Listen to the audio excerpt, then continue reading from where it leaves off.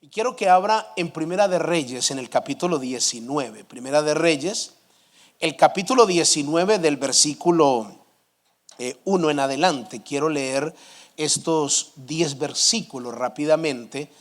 Y la palabra que voy a compartir hoy con ustedes es un mensaje que tiene que ver de cómo nosotros vamos a trabajar en esta ciudad y cómo nos vamos a cuidar de las armas que el enemigo usa y va a usar y seguirá usando para detenernos en el crecimiento de la iglesia. Entonces Dios nos habla y Dios se adelanta para que nosotros estemos alertas y comencemos a corregir lo que tengamos que corregir.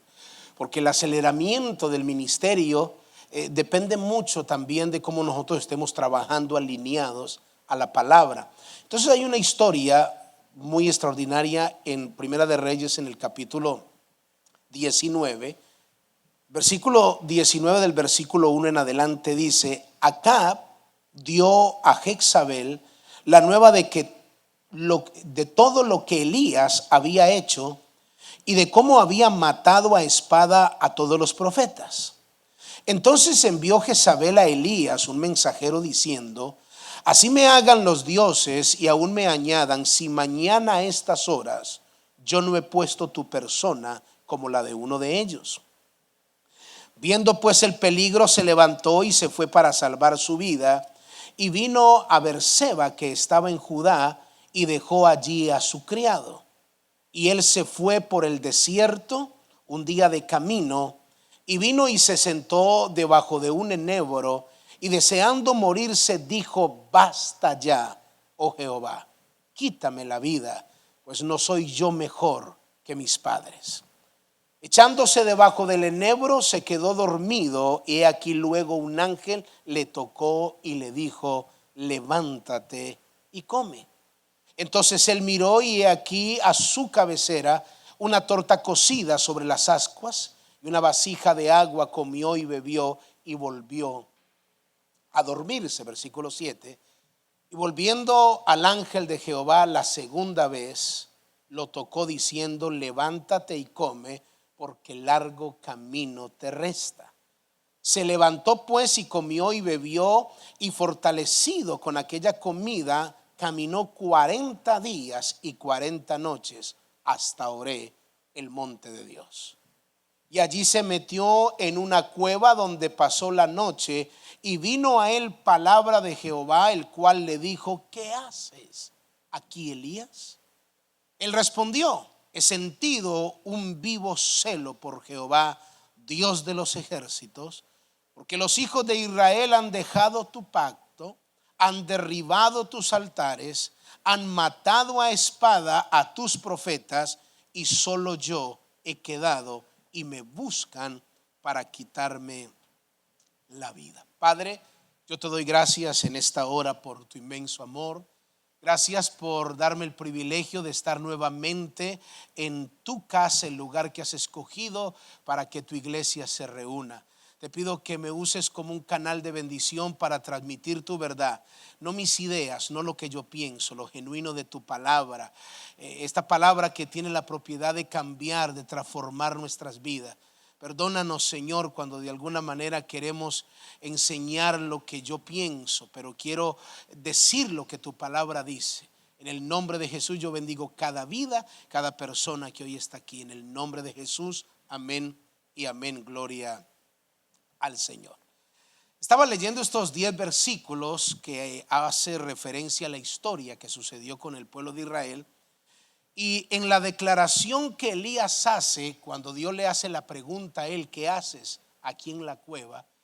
Porque este hombre Elías había acabado con los Baales, había recibido una victoria extraordinaria, y el esposo, el rey de Israel, Acab, esposo de Jezabel, va y le cuenta a esta mujer y le dice: mira, Elías hizo esto, mató a todos los Baales, mató a los profetas, tuvo una victoria impresionante. Entonces ella jura matarlo y dice: mañana a esta hora vas a quedar muerto. De alguna manera llegó el profeta y se llenó de miedo, se metió en una cueva.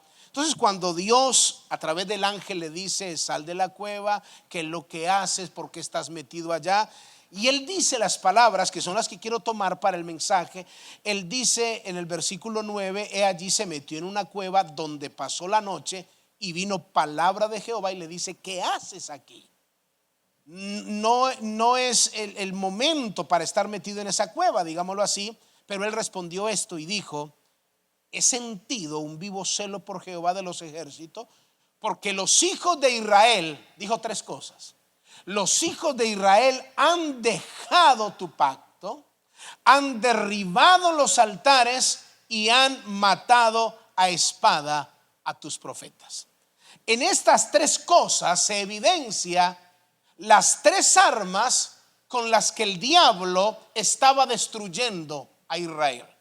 Y Dios se nos adelanta y nos prepara, porque vamos a conquistar, vamos a ir a arrebatarle las almas al diablo.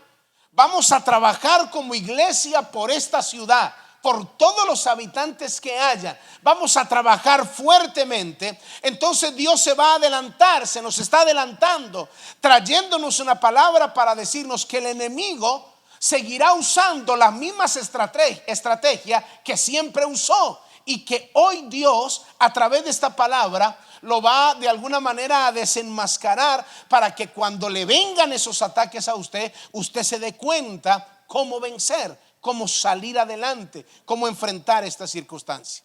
Cuando nosotros entendemos esta verdad, nos damos cuenta lo que había sucedido. Para no hacer muy larga la historia, Israel se había descuidado espiritualmente. Ellos prometieron obedecer al Señor, habían dejado los mandamientos y comenzaron a seguir a los Baales. Entonces, cuando dice la Biblia, cuando Acab ve al profeta Elías, le dice: eres tú quien ha perturbado a Israel. La desgracia que está viviendo el pueblo de Dios es por tu culpa. Entonces note lo que dice Primera de Reyes capítulo 18 en el versículo 17. Cuando Acab vio a Elías, le dijo: ¿eres tú el que perturbas a Israel? Y Elías respondió: yo no he turbado a Israel, sino tú y la casa de tu padre, dejando los mandamientos de Jehová y siguiendo a los Baales. Dios le está, Acab quería atribuirle la desgracia de la vida espiritual que estaba viviendo Israel, se la estaba atribuyendo al profeta, y el profeta le dice: no es mi culpa. Son ustedes los que se han descuidado espiritualmente, han seguido a otros Baales, no están obedeciendo la palabra de Dios. Entonces por eso vienen esas consecuencias. Note que Dios a través de la palabra nos está advirtiendo algo muy revelador. Dice el capítulo 19, yo quiero que mire el capítulo 19, que el Señor le dice, el versículo 8: cuando se levantó pues comió y bebió, fue fortalecido por aquella comida, y caminó 40 días y 40 noches hasta Oré, el monte de Dios. Entonces tenía la persecución de esta mujer, se llenó de miedo, y cuando se llenó de miedo, entonces se mete en la cueva, y en esa cueva entonces Dios sale a su encuentro. Esta es la estrategia que el enemigo quiere hacer: llenarnos de temor, porque tenemos un desafío muy grande. Y tenemos el desafío de conquistar nuestro territorio. Mucha gente de otros países, mire lo que le estoy diciendo, y esto va a quedar grabado. Mucha gente de otros países va a venir a conocer qué está sucediendo en Celebración de Vida en español. La gente que tiene, incluso personas que pueden entrar a los Estados Unidos: pastor, vamos a ir a visitarlos allá. Dichosa la gente que está escuchando la sabiduría de la palabra a través de sus labios. Gente está prometiendo venir, y a lo mejor Dios hará grandes cosas, vendrán de otro lugar. Entonces Dios le está diciendo a la iglesia: estén atentos, porque va a venir un crecimiento, un ensanchamiento como nunca antes. Entonces uno puede descuidarse espiritualmente, llenarse de miedo, y por las cosas que puede estar sucediendo, descuidarnos en estas áreas. Esto fue lo que le pasó al pueblo de Israel. Cuando Elías le dice: Señor, es que yo tuve celo. ¿Sabes? Tuve celo porque el pueblo dejó tu pacto. El pueblo derribó los altares y el pueblo mató a los profetas. El enemigo usará estas tres estrategias Escuche lo que le voy a decir y se lo voy a explicar. Usará estas tres estrategias. Él no cambia de estrategia. Siempre son las mismas. Y lamentablemente a veces el pueblo de Dios cae en esa estrategia. Y le voy a explicar la primera. La primera está en el versículo 10. Dejaron el pacto. ¿Qué es un pacto? Es una alianza, es un convenio entre dos partes. En este caso es entre el Creador, el Eterno, y nosotros como seres humanos, como el pueblo de Dios. Él promete guardar, escuche bien, si usted y yo prometemos guardar la ley de nuestro Dios, de lo que la palabra de Dios dice, y Él promete ser nuestro Dios, es lo que Dios le dijo, y se lo voy a mostrar bíblicamente. Mire lo que dice Éxodo en el segundo libro de la Biblia, libro de Éxodo, vaya rápidamente para que usted tome y se dé cuenta de esta estrategia. Éxodo capítulo 19, el versículo 5, mire lo que dice la palabra. Mira lo que dice: ahora pues, si dieres oído a mi voz, escuche que Dios está hablando, iglesia de Baytown. Si dieres oído a mi voz, iglesia, y guardares mi pacto, vosotros seréis mi especial tesoro sobre todos los pueblos, porque mía es toda la tierra. Y vosotros me seréis un reino de sacerdotes y de gente como y de gente santa. Estas son las palabras que dirás a los hijos de Israel. Estas son las palabras que dirás a la iglesia de Baytown, celebración de vida. Entonces vino Moisés y llamó a los ancianos del pueblo y expuso en presencia de ellos todas las palabras que Jehová había mandado. Y todo el pueblo respondió a una y dijeron: todo lo que Jehová ha dicho lo haremos. Y Moisés refirió a Jehová todas las palabras del pueblo.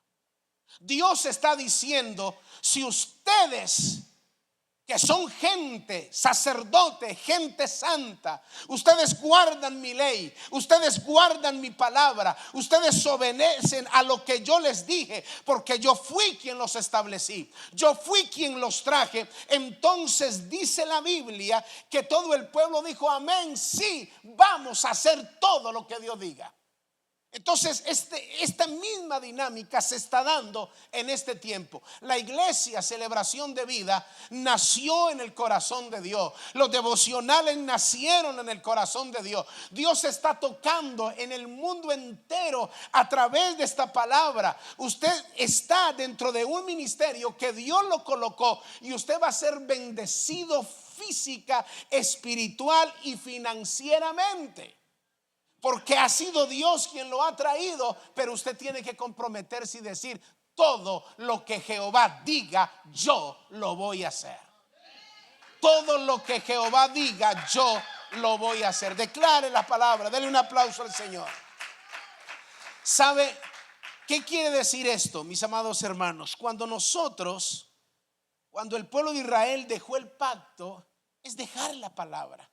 Nosotros no podemos dejar la palabra, porque mire lo que dice. Le voy a leer este otro texto en Éxodo. Ahí volteé 3 páginas. Éxodo 24, el versículo 7. Mire lo que dice.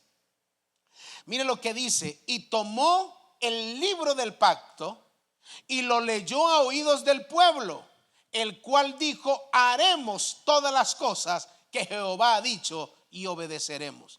Entonces Moisés tomó la sangre y roció sobre el pueblo y dijo: he aquí la sangre del pacto que Jehová ha hecho sobre vosotros, sobre todas estas cosas. Cuando se leyó la palabra, cuando se les predicó el evangelio, cuando nosotros entendemos los principios y los valores de Dios, el pueblo dijo: haremos las cosas que Jehová ha dicho. Y Dios ha dicho que bendecirá el ministerio. Dios ha dicho que vamos a crecer de una manera inimaginable. Han venido, escuche, yo tengo que repetir esto. Han venido, y el pastor Ismael sabe, han venido pastores americanos aquí, y Dios les ha puesto en el corazón y dijo: la iglesia hispana Celebración de Vida, incluso han dicho, o no es así, Ismael, han dicho: será mucho más grande que la misma iglesia americana. No es porque estamos compitiendo, sino que yo creo a la palabra profética. Yo creo a lo que Dios ha dicho porque ha sido Dios quien lo ha establecido. Pero yo quiero que al menos los que estemos aquí digamos: pastor, será como Jehová ha dicho. Vamos a hacer las cosas que Jehová ha dicho. Vamos a crecer, vamos a avanzar, vamos a entrar por todos los lugares y vamos a tocar las puertas, vamos a proclamar el evangelio, porque hay un pacto que Dios ha hecho. No vamos a dejar su palabra. Esto indica que usted y yo nos vamos a sujetar a lo escritural, independientemente de lo que podamos vivir. ¿Sabe qué le pasó al pueblo de Israel? Hablando de este pueblo, muchos se descuidaron de la palabra. El enemigo quiere desencantar a la iglesia de lo escritural, porque hoy en día hay mucho en qué entretenerse. Hay mucho en qué entretenernos. A veces los padres, porque de alguna manera nuestros hijos son imperativos muy fuertes, y uno no ve la hora de comprarle como un celular y entreténgase, aunque viendo muñequitos ahí. Y de una cosa a la otra, no porque sea malo, yo uso la tecnología, sino que Dios está diciendo: usen estas redes, proclamen el evangelio. Dios se encarga de llevarlo a diferentes lugares. Vamos a la casa de estas personas y nos dice, y le preguntamos: ¿cómo recibieron ustedes los devocionales? Nosotros los recibimos de una persona que nos los envió desde Nueva York. Se lo enviaron de Nueva York a Colombia, y de Colombia ellos los envían a otras partes. Y nosotros, la gente pensaba, nosotros pensamos, pastor, que ustedes estaban en Colombia. Nosotros pasamos 3 meses, porque ustedes saben, yo no digo mi nombre. Me dijeron ahora que sugiriera decir el nombre, quiénes somos. Pero pasamos casi 18 meses sin decir quién éramos. Yo no me presento, soy el pastor Fabio Castañeda. No, solo les llegaban los devocionales. Una señora nos decía: pasé 6 meses buscándolos, bregando de dónde venía esa palabra, quién era. Queremos ir a la iglesia donde ese hombre está. ¿Dónde está? Cuando se enteran es en la Yunay. ¿Dónde cogemos el colectivo? No es fácil. Pero nosotros pensábamos que eras aquí. Hasta nos ofrecieron y dijeron: ¿por qué no establecen una iglesia? Nosotros ya fundamos algunas iglesias en Colombia. ¿Por qué no regresan y establecen una iglesia? Le dije: no, Dios nos colocó allá. Nosotros no nos movemos ni por multitudes ni por nuestra comodidad. Lo que Dios diga a través de su palabra, lo que Dios diga. Y Dios nos estableció allá en Beitao. Pero yo estoy seguro que de aquí pueden salir ministros para proclamar la palabra en diferentes partes del mundo. No sé, Dios está, yo quiero que usted entienda, Dios está como cuando usted ve un hijo y le dice: este muchacho va a ser abogado, porque es como el hijo mío, Daniel, que toca el piano. Si hombre es un negociante lindo. Mis otros hijos saben que Daniel es, miren la que me hace mi hijo. Le digo yo: papi, una computadora bien bonita. Le digo: papi, vendeme esa computadora. Miren así de. Dijo: papi, a ti te la vendo por $50, ¿sí? Para la gasolina. Dijo: te la vendo por $50 y un favor. Yo nunca en mi vida había escuchado $50 y un favor. Dije: bueno, le doy los 50. Me dijo: no, el favor yo después le digo. Quedarle debiendo un favor a Daniel es una mentalidad de negociante. Está uno como a la expectativa. Cuando una vez hizo levantar a un amigo a la 1 de la mañana que le botara la basura porque apostó un favor. Eso es peligroso. Pero porque usted, en el sentido de que usted va viendo cómo la persona se va formando. Le doy este ejemplo, es porque yo estoy viendo la iglesia así. Yo estoy viendo como que wow, este niño, wow, este va a ser, tiene un perfil hermoso, va a ser un abogado, va a ser, pero tiene una mentalidad, yo no sé, no es porque sea mi hijo, pero va a ser tan grande. Yo le veo el potencial. Y le hago esta metáfora es porque así veo la iglesia. Así los veo a ustedes y digo yo: wow, los que Dios va a traer aquí, esto va a ser inmenso. Yo veo el grupo de alabanza y yo cierro mis ojos y me parece que hay unos 10,000 ahí atrás. Yo soy así, pero ¿qué es esto lo que estoy viendo? Yo digo: pero yo quiero que la iglesia venga así, que esté con esa expectativa, que cante así. Por eso usted me ve predicando como si le estuviera predicando a 50,000. ¿Por qué? Porque es que yo tengo que pararme sobre lo que Dios ha dicho Y si Dios lo ha dicho, así será. Entonces no podemos descuidarnos en lo escritural como el pueblo de Israel. Note que cuando el Señor, incluso cuando el Señor Jesús vino a la tierra, le dice a los judíos, dice Juan 8:31, Jesús dijo, así dice textualmente, lo pueden mirar. Jesús dijo a los que habían creído en él, o sea, ya habían creído en él muchas personas, y le dijo, si ustedes permanecen en mi palabra, ustedes serán verdaderamente libres.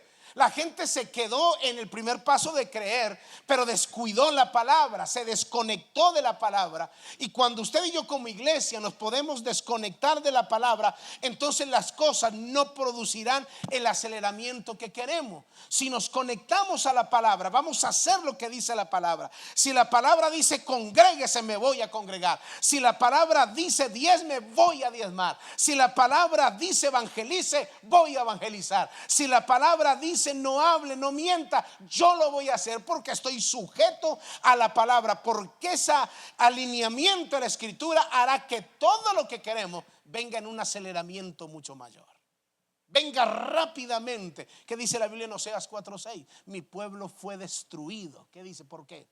Porque le faltó conocimiento. Entonces la estrategia del enemigo es que nos entretengamos en otras cosas y nos descuidemos de la palabra.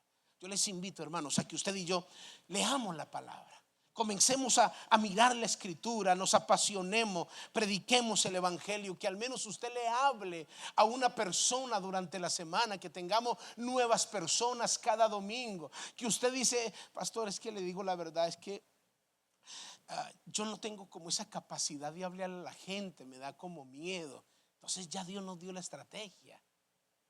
Llame a la persona y le dice, te voy a mandar una enseñanza, solo con un botón desde su casa, y le manda a usted el devocional.